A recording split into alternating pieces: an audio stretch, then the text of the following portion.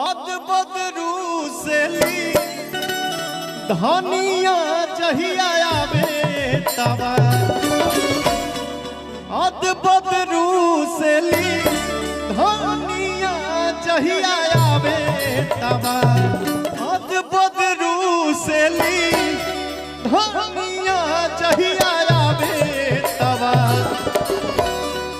हमार छुट्टी लिहल माटी में मिला बस हो उतकिया से घेर दे